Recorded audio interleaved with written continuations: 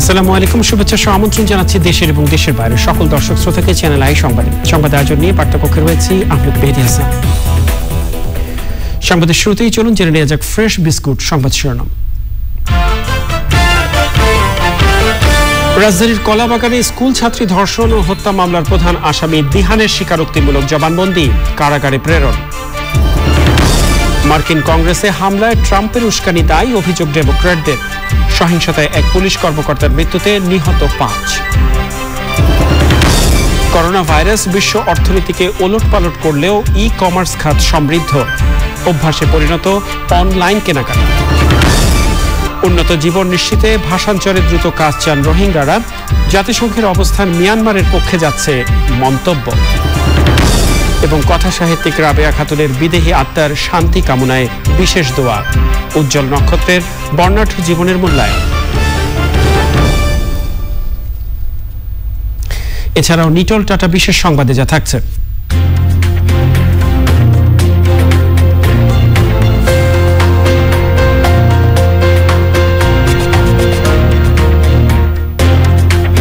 নিকারাগুয়ায় সাদা বেঙ্গল টাইগার শাবকের জন্মের খবর। ঘরের চালের স্থায়ী সমাধান আনোয়ার সিমেন্ট শীট, সব সিজনেই ফিট। সংবাদ শিরোনামগুলো জানাছিলাম প্রিয় দর্শক। এখনকার সংবাদ আয়োজন একই সঙ্গে চ্যানেল আই অনলাইনের লাইভ টিভি এবং চ্যানেল আই অনলাইনের ভেরিফাইড পেজেও, ফেসবুক পেজেও সরাসরি প্রচার হচ্ছে। যাওয়া যাক বিস্তারিত সংবাদে। রাজধানীর কলাবাগানে ইংরেজি মাধ্যমের ছাত্রীকে ধর্ষণের পর হত্যার অভিযোগ স্বীকার করেছে অভিযুক্ত দিহান। আদালতে স্বীকারোক্তিমূলক জবানবন্দির পর তাকে কারাগারে পাঠানো হয়েছে। দ্রুত বিচারের মাধ্যমে দিহানের সর্বোচ্চ শাস্তির প্রত্যাশা করছে রাষ্ট্রপক্ষ। এই ঘটনায় অন্যদের সম্পৃক্ততা খতিয়ে দেখছে পুলিশ। লুৎফর রহমান সোহাগের রিপোর্ট। বৃহস্পতিবার ইংরেজি মাধ্যমের শিক্ষার্থীর মৃত্যুর পর দিহানের বিরুদ্ধে ধর্ষণের পর হত্যার অভিযোগ এনে মামলা করে ওই ছাত্রীর পরিবার। সেই মামলায় গ্রেপ্তার দিহান আদালতে দোষ স্বীকার করে নিয়েছেন। এখন তার দ্রুত দৃষ্টান্তমূলক শাস্তি চান রাষ্ট্রপক্ষের আইনজীবী। আজকের মামলাটি ছিল অত্যন্ত একটি ন্যাক্কারজনক মামলা, যে মামলায় অত্যন্ত পার্শ্ববিকতার আশ্রয় নিয়ে, নিষ্ঠুরতার আশ্রয় নিয়ে আজকের একটি অপার সম্ভাবনাময় একজন মেধাবী ছাত্রীকে সে নির্মমভাবে হত্যা করে, যে কারণে আজকের মামলাটি হচ্ছে। আমরা আশা করি এই মামলার স্বীকারোক্তিমূলক জবানবন্দি প্রদানের মাধ্যমে এই মামলার তদন্তে এক বিশাল এক ধাপ এগিয়ে গেল। ময়নাতদন্তে অভিযোগের প্রমাণ পেয়েছেন চিকিৎসকরা। জনিপথে এবং পায়ুপথে দুটো জায়গায় আমরা আঘাতের চিহ্ন পাইছি, সেখান থেকে রক্তক্ষরণ হয়ে অতিরিক্ত রক্তক্ষরণের জন্য সে মারা গেছে। অন্য কোথাও কোনো আমরা আঘাতের চিহ্ন পাইনি। তারপরে এটা রিপোর্ট আসতে বলা যাবে তাকে কোনো কিছু খাওয়ানো হয়েছে কিনা, নেশা জাতীয় কিছু। এই ঘটনায় অন্য কেউ জড়িত আছে কিনা তা খতিয়ে দেখছে পুলিশ। এর সাথে অন্য কেউ থাকে তাদেরকেও আমরা আইনের আওতায় আনার জন্য সর্বোচ্চ চেষ্টা করব। এই ঘটনাটাতে যারাই যদি অন্য কোনো ইন্ধন থাকে বা কোনো কিছু থাকে, সেটাও আমরা অত্যন্ত সতর্কভাবে এবং কঠোরভাবে আইন আমলে আনার চেষ্টা করব। ধর্ষণের কারণেই ওই ছাত্রীর মৃত্যু হয়েছে নাকি কোনো রাসায়নিক প্রয়োগ করা হয়েছিল, সেই উত্তরও খুঁজছে আইনশৃঙ্খলা বাহিনী ও ময়নাতদন্তকারী চিকিৎসকরা। লুৎফর রহমান সোহাগ, চ্যানেল আই, ঢাকা। ক্যাপিটাল হিলে নজিরবিহীন হামলার জন্য ট্রাম্পের উস্কানিকে দায়ী করে অবিলম্বে প্রেসিডেন্টের অপসারণ দাবি করেছেন ডেমোক্র্যাটরা। তবে ভাইস প্রেসিডেন্ট মাইক পেন্স 25তম সংশোধনী প্রয়োগের বিরোধিতা করেছেন। ক্যাপিটাল হিলে সমর্থকদের হামলার ঘটনায় এবার দুঃখ প্রকাশ করে নিন্দা জানিয়েছেন ট্রাম্প। আর ওই ঘটনার পর আইনের শাসন ও গণতান্ত্রিক প্রক্রিয়াকে সম্মানের আহ্বান জানিয়েছে জাতিসংঘ। সহিংসতার ঘটনায় আরও এক পুলিশ কর্মকর্তা সহ 5 জনের মৃত্যু হয়েছে। রয়েছে আলিম আল রাজের রিপোর্ট। বুধবার ক্যাপিটল হিলে ট্রাম্প সমর্থকদের নজিরবিহীন তাণ্ডবের পর ট্রাম্পকে আর একদিনও যুক্তরাষ্ট্রের প্রেসিডেন্ট পদে দেখতে চান না বলে জানিয়েছেন ডেমোক্র্যাট সিনেটর ও প্রতিনিধি পরিষদের সদস্যরা। ট্রাম্পকে অপসারণে বর্তমান মন্ত্রিসভার প্রতি আহ্বান জানিয়েছেন তারা। আর এর জন্য অন্তত 8 মন্ত্রীকে প্রেসিডেন্টের অপসারণের প্রস্তাবের পক্ষে রায় দিতে হবে। ট্রাম্পের সরাসরি অভিশংসন দাবি করেছেন তার কড়া সমালোচক ও প্রতিনিধি পরিষদের স্পিকার ন্যান্সি পেলোসি। প্রেসিডেন্টকে অপসারণ করতে ভাইস প্রেসিডেন্ট মাইক পেন্সকে আহ্বান জানিয়েছেন তিনি। এর জন্য মার্কিন সংবিধানের 25তম সংশোধনীর জরুরি ব্যবহারের তাগিদ দেন তিনি। ক্যাপিটলে ট্রাম্পের সমর্থকদের তাণ্ডবের পর থেকে গোটা বিশ্বই কাঠগড়ায় তুলেছে বিদায়ী প্রেসিডেন্ট ডোনাল্ড ট্রাম্পকে। সেই ক্ষতে এবার প্রলেপ দেওয়ার চেষ্টা করলেন খোদ ট্রাম্প। বৃহস্পতিবার রাতে ভিডিও বার্তায় ট্রাম্প আবারও বলেছেন, নিয়মমাফিক ক্ষমতা হস্তান্তরে তিনি বদ্ধপরিকর। বলেছেন, বুধবারের সহিংসতা, আইনহীনতা ও সংঘাতের ঘটনায় তিনি নিজেও ক্ষুব্ধ। মার্কিন কংগ্রেসের ন্যাক্কারজনক হামলার ঘটনায় দুঃখ প্রকাশ করে নিন্দা জানিয়েছে জাতিসংঘ মহাসচিব অ্যান্টনি গুতেরেস। মহাসচিবের মুখপাত্র বলেছেন, সহিংসতা উস্কে দেওয়া থেকে রাজনৈতিক নেতাদের বিরত থাকার আহ্বান জানিয়েছেন মহাসচিব। মার্কিন কংগ্রেস ভবনে বুধবারের অপ্রীতিকর ঘটনার পর নিরাপত্তা ব্যবস্থা জোরদার করা হয়েছে। স্থাপন করা হচ্ছে 7 ফুট উঁচু দেয়াল। গণমাধ্যম ও আইনশৃঙ্খলা বাহিনীর সদস্য বাদে আর কাউকেই আশেপাশে ভিড়তে দেওয়া হচ্ছে না। দোষী প্রত্যেককে খুঁজে বের করার ঘোষণা দিয়েছেন ওয়াশিংটন ডিসি পুলিশের প্রধান। সহিংসতায় জড়িতদের চিহ্নিত করে চাকরিচ্যুত করার প্রক্রিয়া চলছে। ট্রাম্পের দিকে অভিযোগের আঙুল তুলে হোয়াইট হাউসের বেশ কজন কর্মকর্তা সরে দাঁড়িয়েছেন। পদ ছেড়েছেন মার্কিন পরিবহন মন্ত্রী, স্বাস্থ্যমন্ত্রী সহ বেশ কয়েকজন উপদেষ্টা। আলিম আল রাজি, চ্যানেল আই। করোনা ভাইরাস বিশ্ব অর্থনীতিকে ওলটপালট করে দিলেও পৃথিবী জুড়ে ই কমার্স খাতকে সমৃদ্ধ করেছে।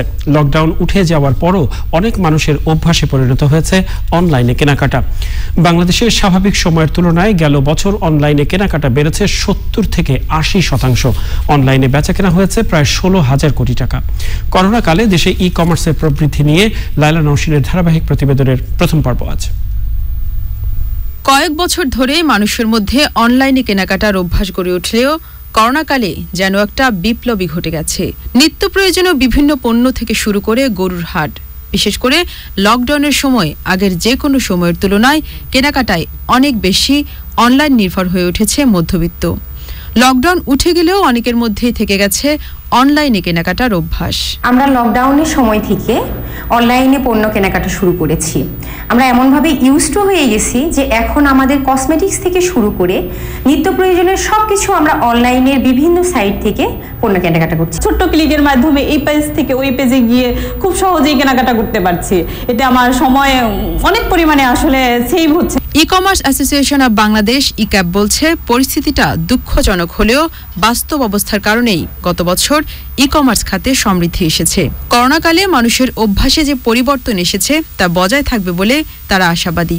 আর এতে ই কমার্স খাতে আরো বেশি প্রবৃদ্ধির আশা তাদের। এই বছর প্রায় 16,000 কোটি টাকার মতন ট্রানজাকশন হয় এই খাতে। পাশাপাশি প্রায় 1 লক্ষের উপরে কর্মসংস্থান তৈরি হয়। আমি বলবো যে ফেসবুক ভিত্তিক অনেক ই কমার্স প্রতিষ্ঠান তৈরি হয়। আমাদের ইতিমধ্যে আমরা দেখেছি যে প্রায় 70% থেকে 80% গ্রোথ এই সেক্টরে হয়েছে। আমরা আশা করছিলাম যে 2025 সাল নাগাদ হয়তো আমরা এই গ্রোথটা দেখতে পাবো, কিন্তু 2020-এ এসে আমরা এই ধরনের একটা গ্রোথ দেখতে পেয়েছি। গেল বছর দেশের ই কমার্স খাতে যে সম্ভাবনা তৈরি হয়েছে তার সুফল যাতে যথাযথভাবে আসে তা নিয়ে সরকার কি ভাবছে?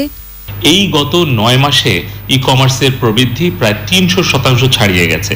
আমরা আশা করছি যে 2023 সালের মধ্যে ই কমার্সের প্রতি বছর লেনদেন বাংলাদেশে $3 বিলিয়ন ছাড়িয়ে যাবে। আমরা আশা করছি যে 2025 সালের মধ্যে ই কমার্স সেক্টরে আমরা 5 লক্ষাধিক কর্মসংস্থান সৃষ্টি করতে পারবো। $2 বিলিয়ন হয়েছে, $3 বিলিয়ন হবে। এই বাড়ার জন্য আমরা প্রস্তুত। এটার জন্য যথেষ্ট ইনফ্রাস্ট্রাকচার বলেন বা লভ্যতা বলেন বা সিস্টেম সবই রয়েছে, এটা কোনো সমস্যা নেই। আমরা সেদিকে প্রস্তুত রয়েছি। ই কমার্স খাতে যে বড় বাজার গড়ে উঠছে তাতে স্থানীয় উদ্যোক্তাদের বৈশ্বিক বড় প্রতিষ্ঠানগুলোর সঙ্গেও প্রতিদ্বন্দ্বিতা করতে হচ্ছে। তাই স্থানীয় উদ্যোক্তারা সরকারের কাছে নীতি সহায়তাও চেয়েছেন। করোনা মহামারীর মাঝে দেশের ই কমার্স খাতের যে ব্যাপক অগ্রগতি হয়েছে সেই অগ্রগতির ধারাবাহিকতায় কিন্তু বর্তমানে অনলাইন ডেলিভারির সংখ্যা দিনে 1.5 লক্ষ পর্যন্ত হচ্ছে।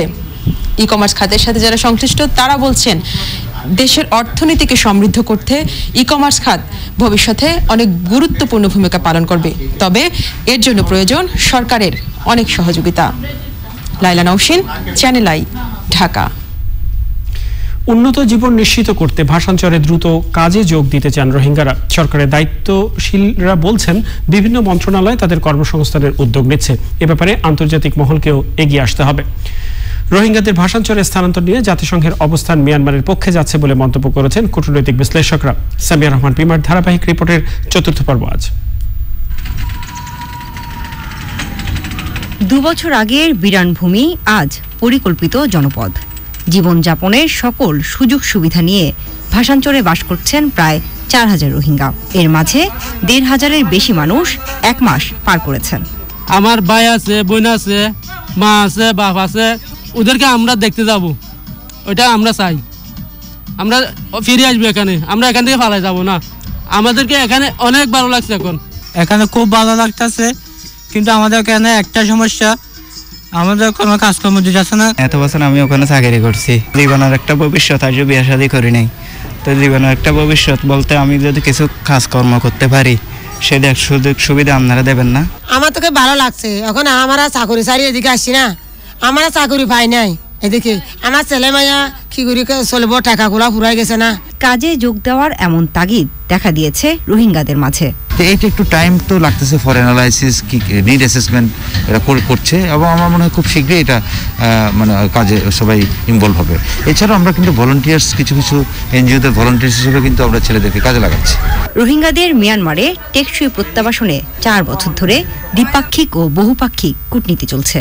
তবে এক্ষেত্রে জাতিসংঘের শক্ত অবস্থান না থাকায় মিয়ানমার সাড়া দিচ্ছে না। ভাষাঞ্চল নিয়ে যেভাবে মিডিয়া ফোকাস হচ্ছে, এটা একেবারেই রোহিঙ্গাদের এটা পক্ষে যাচ্ছে না, এটা বাংলাদেশেরও পক্ষে যাচ্ছে না, এটা মিয়ানমারের পক্ষে যাচ্ছে।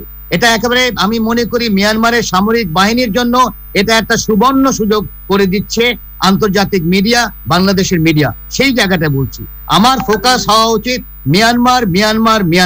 মেইন হলো একটা জেনোসাইড হয়েছে। খুবই দুঃখজনক যে ইউরোপিয়ান ইউনিয়ন এত হিউম্যান রাইটস এর কথা বলছে। এখন তো বোঝাই যাচ্ছে আমেরিকার যে অবস্থা, তাদের বোঝাই যাচ্ছে যে তাদের এইগুলো রীতিমতো একটা মিথ তৈরি হয়েছে এবং আস্তে আস্তে মিথগুলো ধরা পড়ছে। ভাষাঞ্চলে গিয়ে রোহিঙ্গাদের খুশির কথা বারবার এসেছে গণমাধ্যমে। স্বাগত জানিয়েছে মধ্যপ্রাচ্য এবং এশিয়ার কয়েকটি দেশ। তবে জাতিসংঘ ও ইউরোপীয় ইউনিয়ন এখনো ইতিবাচক কোনো মন্তব্য করেনি। Samia Rahman Prima, channel I, Dhaka. কৃষি এবং কৃষকের সম্মান জানানোর সবচেয়ে বড় আয়োজন standard chartered channel I agro award অনুষ্ঠানটি কিছুক্ষণের মধ্যেই শুরু হচ্ছে রাজধানীর হোটেল সোনারগাঁয়ে। সেখানে আছেন সহকর্মী রিজভি নেওয়াজ। আমরা সরাসরি যাচ্ছি তার কাছে। Rizvi, standard chartered channel I agro অ্যাওয়ার্ডের যে অনুষ্ঠান সোনারগাঁয়ে হতে যাচ্ছে, সেই অনুষ্ঠানের বিস্তারিত আপনার মাধ্যমে দর্শকদের জানিয়ে দিতে চাই। আমি প্রথমেই দর্শকদেরকে জানাই যে সোনারগাঁ হোটেলে যে গ্র্যান্ড বলরুমটি রয়েছে, সেই বলরুমটির বাইরের যে দৃশ্যটি সেটি যদি আপনারা দেখবেন তাহলে আপনারা বুঝতে পারছেন যে এখানে সাজসজ্জায় বলে দিচ্ছে যে কৃষি এবং আমাদের যে পূর্বপুরুষের পেশা, এই কৃষি এবং কৃষকদের সম্মান জানানোর যে সবচেয়ে বড় আয়োজন বাংলাদেশে, সেটির আজকে ফাইনাল রাউন্ড বলা যেতে পারে। স্ট্যান্ডার্ড চার্টার্ড ব্যাংক এবং চ্যানেল আই যৌথভাবে এই আয়োজনটির উদ্যোক্তা। আমি অনুষ্ঠানটি শুরু হয়ে গেছে, তো দর্শকদেরকে জানাতে চাই যে গত সোমবার প্রখ্যাত কথা সাহিত্যিক যে রাবেয়া খাতুন মারা গেলেন, তার প্রতি শ্রদ্ধা জানিয়ে তার আত্মার প্রতি শান্তি কামনা করে 1 মিনিট নীরবতা পালনের মাধ্যমে আসলে অনুষ্ঠানটি শুরু হয়েছে। আর এই অনুষ্ঠানে 10 জন ব্যক্তি ও প্রতিষ্ঠানকে পুরস্কৃত করা হচ্ছে। আমি এই মুহূর্তে চ্যানেলের পরিচালক ও বার্তা প্রধান শাইখ সিরাজ, উনি বক্তব্য রাখছেন। অনুষ্ঠানে প্রধান অতিথি রয়েছেন কৃষিমন্ত্রী ডক্টর আব্দুর রাজ্জাক এবং বিশেষ অতিথি রয়েছেন পরিকল্পনা মন্ত্রী এম এ মান্নান এমপি। তো জাস্ট একটু দর্শকদেরকে বলে রাখি যে গত 6 বছর ধরে এই আয়োজনটি চলছে। স্ট্যান্ডার্ড চার্টার্ড এবং চ্যানেল আই যৌথভাবে এই যে কাজটি করছে, এর মধ্যে গত 2 বছর হলো চ্যানেল আই যুক্ত হয়েছে স্ট্যান্ডার্ড চার্টার্ডের সঙ্গে, আর স্ট্যান্ডার্ড চার্টার্ড গত 4 বছর ধরে এটি করেছে। এইবার সব মিলে যে 10 জনকে পুরস্কৃত করা হচ্ছে, আমি একটু নামগুলো বলে দিতে চাই যে আজীবন সম্মাননায় ভূষিত হচ্ছেন পথিকৃৎ কৃষি বিজ্ঞানী কাজী পেয়ারার জনক ডক্টর কাজী এম বদরুদ্দোজা। সেরা কৃষকের পুরস্কার পাচ্ছেন 2 জন, শাহিদা বেগম এবং সাখাওয়াত হোসেন। পরিবর্তনের নায়ক হিসেবে এরশাদ মাহমুদ, জুরি স্পেশাল বাংলাদেশ কৃষি বিশ্ববিদ্যালয়ের উপাচার্য প্রফেসর ডক্টর লুৎফুল হাসান, চট্টগ্রামের কৃষি উদ্যোক্তা কোহিনুর কামাল, সেরা কৃষি প্রতিষ্ঠান সম্মাননা পাচ্ছে জনতা ইঞ্জিনিয়ারিং, সেরা কৃষি প্রতিষ্ঠান আরও একটি সম্মাননা, সেটি হলো আরবান নামে একটি প্রতিষ্ঠান, সেরা কৃষি সাংবাদিক আমিরুল ইসলাম হিরু ও দুর্যোগ প্রতিরোধে সেরা কমিউনিটি লিডার্স। তো দর্শক, এই ছিল আমার কাছে আজকের যে চ্যানেল আই স্ট্যান্ডার্ড চার্টার্ড যে অ্যাগ্রো অ্যাওয়ার্ড 2020 এইটির আয়োজন সম্পর্কিত তথ্য। মেহেদি, রিজভী, আপনাকে অসংখ্য ধন্যবাদ অনুষ্ঠানের বিস্তারিত দর্শকদের জানিয়ে দেবার জন্য। চলে যাচ্ছি পরবর্তী সংবাদে। প্রখ্যাত কথা সাহিত্যিক রাবেয়া খাতুনের বিদেহী আত্মার শান্তি ও মাগফিরাত কামনায় বিশেষ দোয়া হয়েছে। দোয়া মাহফিলে বাংলা সাহিত্যের অনন্য উজ্জ্বল নক্ষত্র রাবেয়া খাতুনের বর্ণাঢ্য জীবনের নানা দিক তুলে ধরা হয়। শাকির আদনানের রিপোর্ট। বাংলা সাহিত্যের বহুমাত্রিক লেখক রাবেয়া খাতুন স্বাধীনতা পুরস্কার ও 21 পদকে ভূষিত মহীয়সী এই গুণী ব্যক্তির অনবদ্য বিচরণ বাংলা ভাষাকে আরো সমৃদ্ধ করেছে। বিশিষ্ট লেখক রাবেয়া খাতুনের আত্মার শান্তি ও মাগফিরাত কামনায় চ্যানেল আই জামি মসজিদে বাদ জুমা বিশেষ দোয়ার এ আয়োজন। অংশ নেন তেজগাঁও এলাকার মুসল্লি, চ্যানেল আই পরিবারের সদস্য, রাবেয়া খাতুনের জামাতা এবং প্রকৃতি ও জীবন ফাউন্ডেশনের চেয়ারম্যান মুকিত মজুমদার বাবু। দোয়া মাহফিলে বাংলা সাহিত্যের উজ্জ্বল নক্ষত্র রাবেয়া খাতুনের বর্ণাঢ্য জীবনের বিভিন্ন দিক তুলে ধরা হয়। আল্লাহ খাস করে আজকে যাকে উপলক্ষ করে উদ্দেশ্য করে এখানে মিলাদ দোয়ার আলোচনা এবং দোয়ার ব্যবস্থা করা হয়েছে, জনাব ফরিদুর রেজা সাগর ভাইয়ের ওনার আম্মা রাবেয়া খাতুন। আল্লাহ লেখিকা ছিলেন, সাহিত্যিক ছিলেন, কবি ছিলেন। আল্লাহ আপনি অনেক কিছু তাকে ক্ষমতা দিয়েছিলেন, এখন কবরে আজবগুলি তার মাফ করে দেন। আল্লাহ দুনিয়াতে ইজ্জত সম্মান বহু দিয়েছেন, আল্লাহ আখিরাতের ইজ্জত বড় দরকার। আল্লাহ কবরে ওনার আপনাকে ছাড়া আর কেউ দেখভাল করার নাই। আল্লাহ তার দুনিয়ার যত গুনাহগাতা করেন সব গুনাহগুলি ওনার মাফ করে দেন। আল্লাহ আমার প্রিয় বান্দি হিসেবে কবুল করে নেন। বাংলা সাহিত্যের জন্য আজীবন কাজ করে যাওয়া গুণী এই ব্যক্তির সৃষ্টিশীল কর্ম বেঁচে থাকবে মানুষের অন্তরের মণিকোঠায়। আল্লাহ আমাদের দোয়াকে কবুল করেন। Shakir Adnan, channel I, Dhaka. Corona ভাইরাসে শুক্রবার দুপুর পর্যন্ত 24 ঘন্টায় দেশে 16 জনের মৃত্যু হয়েছে। এ পর্যন্ত মোট মৃত্যু 7,734 জন। মৃত্যুর হার 1.49%। 24 ঘন্টায় সুস্থ হয়েছেন 833 জন। এ পর্যন্ত মোট সুস্থ 4,65,279 জন। সুস্থতার হার 89.36%। 24 ঘন্টায় নমুনা সংগ্রহ হয়েছে 14,068 এবং পরীক্ষা হয়েছে 13,681। এই সময় শনাক্ত 785। 24 ঘন্টায় শনাক্তের হার 5.74%। এ পর্যন্ত মোট আক্রান্ত হয়েছেন 5,20,690 জন। এখন পর্যন্ত মোট শনাক্তের হার 15.63%। এ পর্যায়ে ইস্পাহানি ভ্যাকসিন সংবাদ অগ্রগতি।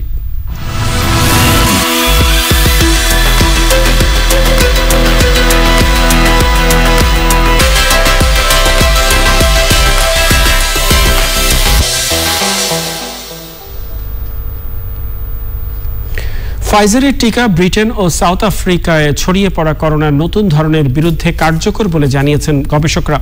টিকা পাওয়ার জন্য কোম্পানিটির সাথে চুক্তি আরও দ্বিগুণ করেছে ইইউ। ফলে কোম্পানিটি থেকে আরও 30 কোটি ডোজ টিকা পাবে ইউরোপ।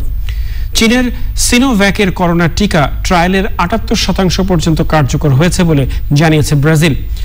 বিশ্বের দরিদ্রতম দেশগুলোর জানুয়ারির শেষ থেকে ফেব্রুয়ারির মাঝামাঝিতে করোনা টিকা পেতে পারে বলছে বিশ্ব স্বাস্থ্য সংস্থা। এদিকে সংক্রমণ বাড়ায় অস্ট্রেলিয়ার কুইন্সল্যান্ড এবং চীনের সিজিয়াং ঝুয়াং শহর লকডাউন করা হয়েছে। টোকিওতে 7 ফেব্রুয়ারি পর্যন্ত জরুরি অবস্থা জারি করা হয়েছে, আর 10 জানুয়ারি থেকে লকডাউনের ঘোষণা দিয়েছে সাইপ্রাস। অন্যদিকে ব্রাজিলের করোনায় মৃতের সংখ্যা 2 লাখ ছাড়িয়েছে। যুক্তরাজ্যে এপ্রিলের পর একদিনে রেকর্ড 1,100-র বেশি মানুষের মৃত্যু হয়েছে। সংক্রমণের 10 মাস পর করোনায় প্রথম মৃত্যু দেখেছে ভুটান। প্রিয় দর্শক, সময় হলো অশোক লীলার ইফাদত বিরতি নেবার। আর বিরতির পরে অন্যান্য সংবাদের সাথে আরো ফিরছি। 19 বছর আগে ইন্দোনেশিয়ার বালির নৈশ ক্লাবে প্রাণঘাতী বোমা হামলার মাস্টার মাইন্ড বশির মুক্ত। ইন্দোনেশিয়া অস্ট্রেলিয়া ক্ষুব্ধ। বিরতির পর আবারও ফিরে এলাম চ্যানেল আই সংবাদে। বঙ্গবন্ধু ও শেরে বাংলা ছাড়া আর কেউ স্বাধীন বাংলাদেশের জন্য নেতৃত্ব দেননি বলেছেন মুক্তিযুদ্ধের সময় লন্ডনে থাকা বাংলাদেশের কূটনৈতিক মহিউদ্দিন আহমেদ। পাকিস্তানের কারাগার থেকে মুক্ত হয়ে বঙ্গবন্ধু লন্ডনে পদার্পণ উদযাপনে মুক্তিযুদ্ধ জাদুঘরে একক বক্তৃতায় তিনি বলেন, বাংলাদেশের স্বাধীনতায় ব্রিটেন বিভিন্নভাবে সহযোগিতা করেছে। সে সময় ব্রিটিশ প্রধানমন্ত্রী এডওয়ার্ড হিথ বঙ্গবন্ধুকে যে সম্মাননা জানিয়েছেন সেটি বিশ্বের ইতিহাসে বিরল। লন্ডনে তরুণ কূটনৈতিক হিসেবে বঙ্গবন্ধুকে হিথ্রো বিমানবন্দরে স্বাগত জানিয়েছিলেন মহিউদ্দিন আহমেদ। বঙ্গবন্ধুকে নিয়ে যাওয়ার জন্য যে গাড়িটা নিয়ে আসছিল সেই গাড়িতে উনি আবার ক্ল্যারিস হোটেলে ফিরে যাবেন। এডওয়ার্ড হিথ দরজা খুলে বঙ্গবন্ধু যেন গাড়িতে ঢুকতে পারেন সেই জন্য দরজা খুলে দাঁড়িয়ে আছেন। এই সম্মান আমার ৩৪ বছরের কূটনৈতিক জীবন আমি কোথাও দেখিনি। এত বড় সম্মান দেখাতে আমার বন্ধুবান্ধব যারা কূটনৈতিক সার্ভিসে আমার বাংলাদেশের বা বাইরে, সেখানেও এরকম সম্মান দেখিনি। আওয়ামী লীগের সাধারণ সম্পাদক ওবায়দুল কাদের বলেছেন, প্রধানমন্ত্রী শেখ হাসিনা জাতির উদ্দেশ্যে যে ভাষণ দিয়েছেন তা বিগত 12 বছরের উন্নয়ন ও অর্জনের বস্তুনিষ্ঠ দলিল। বিকেলে আওয়ামী লীগের সাধারণ সম্পাদক এক ভার্চুয়াল সংবাদ সম্মেলনে বলেন, বিএনপি জনগণের কাছে বারবার প্রত্যাখ্যাত হয়ে মিথ্যাচারের মাধ্যমে জনগণকে বিভ্রান্ত করছে। তিনি বলেন, যা সরকারের উন্নয়নের সুফল থেকে জনগণকে বঞ্চিত করার জন্য বিএনপি ষড়যন্ত্র। মাননীয় প্রধানমন্ত্রীর ভাষণে গত এক যুগে আর্থসামাজিক এবং অন্যান্য খাতে বাংলাদেশে যে অভাবনীয় উন্নয়ন অগ্রগতি ও মানুষের জীবন মানের ক্ষেত্রে যে দৃশ্যমান অগ্রগতি সাধিত হয়েছে তার একটি সংক্ষিপ্ত চিত্র যেমন ফুটে উঠেছে, তেমনি এই উন্নয়নের ধারাবাহিকতা সমৃদ্ধ বাংলাদেশ বিনির্মাণের রূপরেখাও প্রস্ফুটিত হয়েছে। এদিকে জাতির উদ্দেশ্যে দেয়া ভাষণে প্রধানমন্ত্রী মিথ্যাচার করেছেন বলে অভিযোগ করেছেন বিএনপির সিনিয়র যুগ্ম মহাসচিব রুহুল কবির রিজভী। তিনি বলেন, প্রধানমন্ত্রীর ভাষণ বিভ্রান্তিমূলক, অন্তঃসারশূন্য, কথামালার ফুলঝুরি ছাড়া আর কিছুই নয়। দুপুরে রাজধানীর নয়াপল্টনে দলের কেন্দ্রীয় কার্যালয়ে ব্রিফিংয়ে এসব কথা বলেন। করোনা ভাইরাসের টিকা প্রাপ্তি নিয়েও সরকার মিথ্যাচার করছে বলে মন্তব্য করেন তিনি। প্রধানমন্ত্রী দেশের তথাকথিত উন্নয়ন, মানুষের জীবনমান বৃদ্ধি, অর্থনৈতিক অগ্রগতি, স্বাস্থ্য খাতের ইতিবাচক পরিবর্তন, আইনের শাসন, দুর্নীতির বিরুদ্ধে অবস্থান সহ যেসব বক্তব্য দিয়েছেন তা মিথ্যাচারের কালো দলিল। দেশবাসী তার এই ভাষণ ঘৃণা ভরে প্রত্যাখ্যান করেছে। প্রকৃতপক্ষে গণতন্ত্র হত্যা, ভোটাধিকার হরণ, খুন, গুম, অপহরণ, ধর্ষণ, টাকা পাচার, দুর্নীতি লুণ্ঠন ও দুর্বৃত্তায়ন, দুঃশাসনের এক যুগ পার করল বাংলাদেশ। এ পর্যায়ে সামিট আন্তর্জাতিক সংবাদ।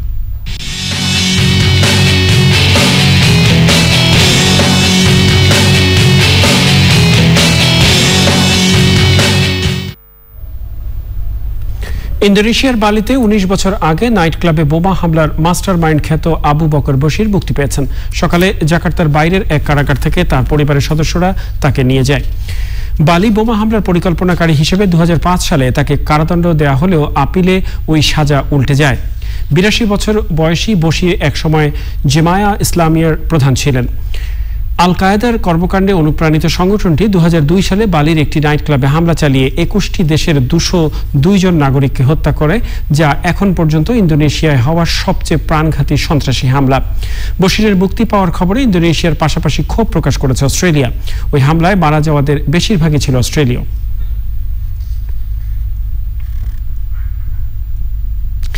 জানাবো ডিটেল টাটা বিশেষ সংবাদ।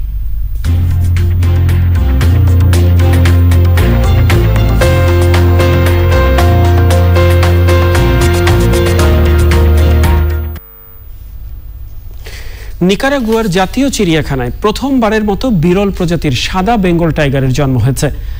নিভেস নামের ওই ছানাকে তার মা প্রত্যাখ্যান করলেও চিড়িয়াখানার পরিচালকের স্ত্রীর কাছে কন্যা বাঘশাবকটি বেড়ে উঠছে।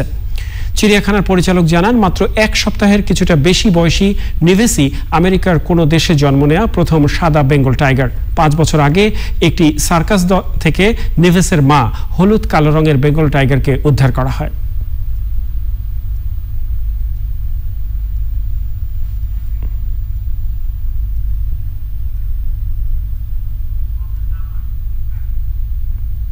এ পর্যায়ে জাস অর্গানিক কৃষি সংবাদ।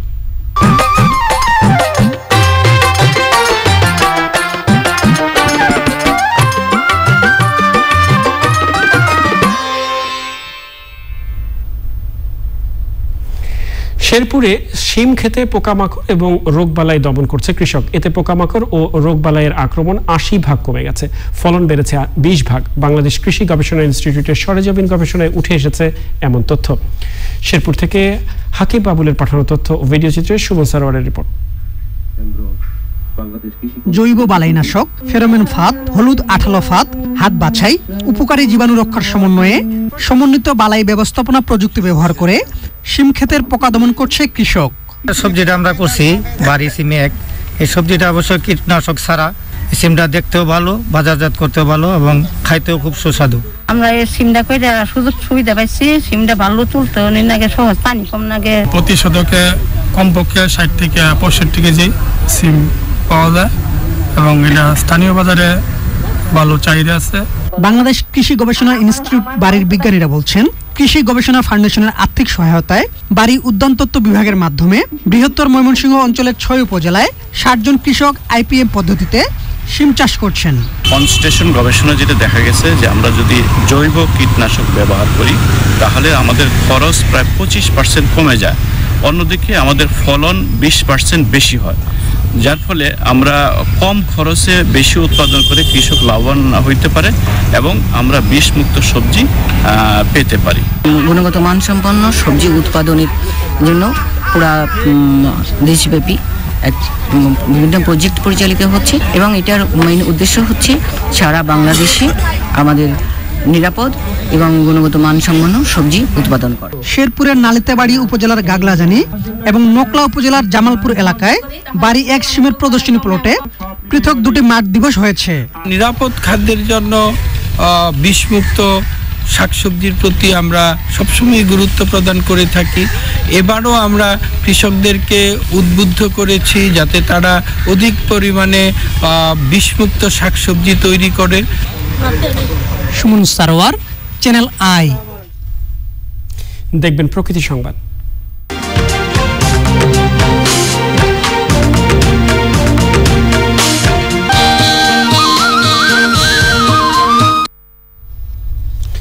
করোনা পরিস্থিতিতে স্বাস্থ্যবিধি মেনে চলতে শরীয়তপুরে উদ্বুদ্ধকরণ কর্মসূচি করছে স্বেচ্ছাসেবী সংগঠন বিডি ক্লিন বাংলাদেশ। পরিচ্ছন্ন শরীয়তপুর গড়তে কাজ করছে এক ঝাঁক তরুণ। এই সামাজিক আন্দোলনের সঙ্গে একাত্মতা ঘোষণা করেছে জেলা পুলিশ। শরীয়তপুর প্রতিনিধি SM মুজিবুর রহমানের রিপোর্ট।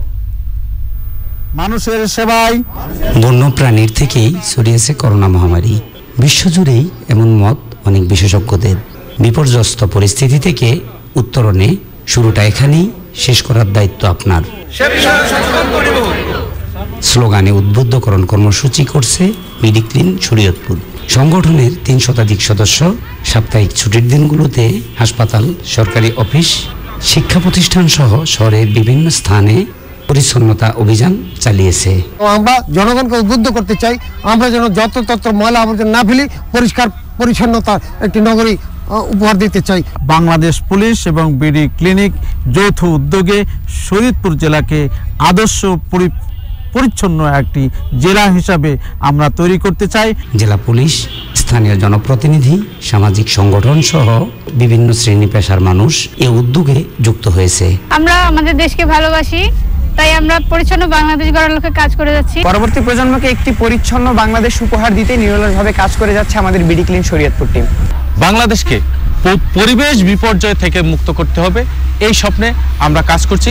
যদি আমরা প্রত্যেকটি নাগরিক নিজ নিজ জায়গা থেকে পরিচ্ছন্নতা বজায় রাখি, তাহলেই আমরা পরিচ্ছন্ন এবং দূষণমুক্ত একটি বাংলাদেশ গড়তে পারবো। পরিবেশ রক্ষায় পরিষ্কার পরিচ্ছন্নতার আর কোনো বিকল্প নাই। পরিবেশটাকে সুরক্ষা রাখার জন্য আমাদের সকলে মিলে এই কাজটি করা দরকার। এই মহতি উদ্যোগকে আগায় এনে আগামী দিনে সুন্দর একটা বাংলাদেশ, পরিচ্ছন্ন বাংলাদেশ গড়ে তোলা সম্ভব হবে। করোনার মতো ভবিষ্যৎ দুর্যোগ মোকাবেলা করে আগামী প্রজন্মের জন্য দূষণমুক্ত বাংলাদেশ গড়তে পরিচ্ছন্নতা অভিযানে অংশ নেওয়ার আহ্বান বিডি ক্লিন শরীয়তপুরের। শরীয়তপুর থেকে SM Mujibur Rahman, channel I. Popular life insurance বাণিজ্য সংবাদ।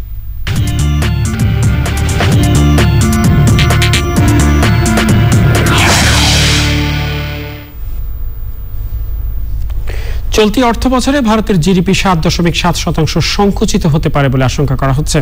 কেন্দ্রীয় পরিসংখ্যান ও প্রকল্প বাস্তবায়ন মন্ত্রণালয় জানিয়েছে, গত অর্থবছরে অন্তর্বর্তী হিসেবে জিডিপি 145.66 লাখ কোটি রুপি ধরা হলেও 2020-2021 সালে তা 134.40 লাখ কোটি রুপি হতে পারে। কেন্দ্রীয় রিজার্ভ ব্যাংক আগেই পূর্বাভাসে বলেছিল 2020-2021 অর্থবছরে ভারতের অর্থনীতি 7.5% সংকুচিত হবে। অপরদিকে জরিপ সংস্থা ইক্রো এর মতে চলতি অর্থ বছরে মোট অভ্যন্তরীণ জাতীয় উৎপাদন 7.8% এবং ক্রিসিলের মতে 7.7% কমতে পারে। প্রিয় দর্শক, আবারও সময় হলো অশোক লেল্যান্ড ইফাদর অটোস বিরতি নেবার। আর বিরতির পরে আরো জানিয়ে ফিরছি। ওয়েস্ট ইন্ডিজ সিরিজের জন্য প্রথম দফা করোনা টেস্টে টাইগারদের সবাই নেগেটিভ। শনিবার দ্বিতীয় দফায় করোনা টেস্ট।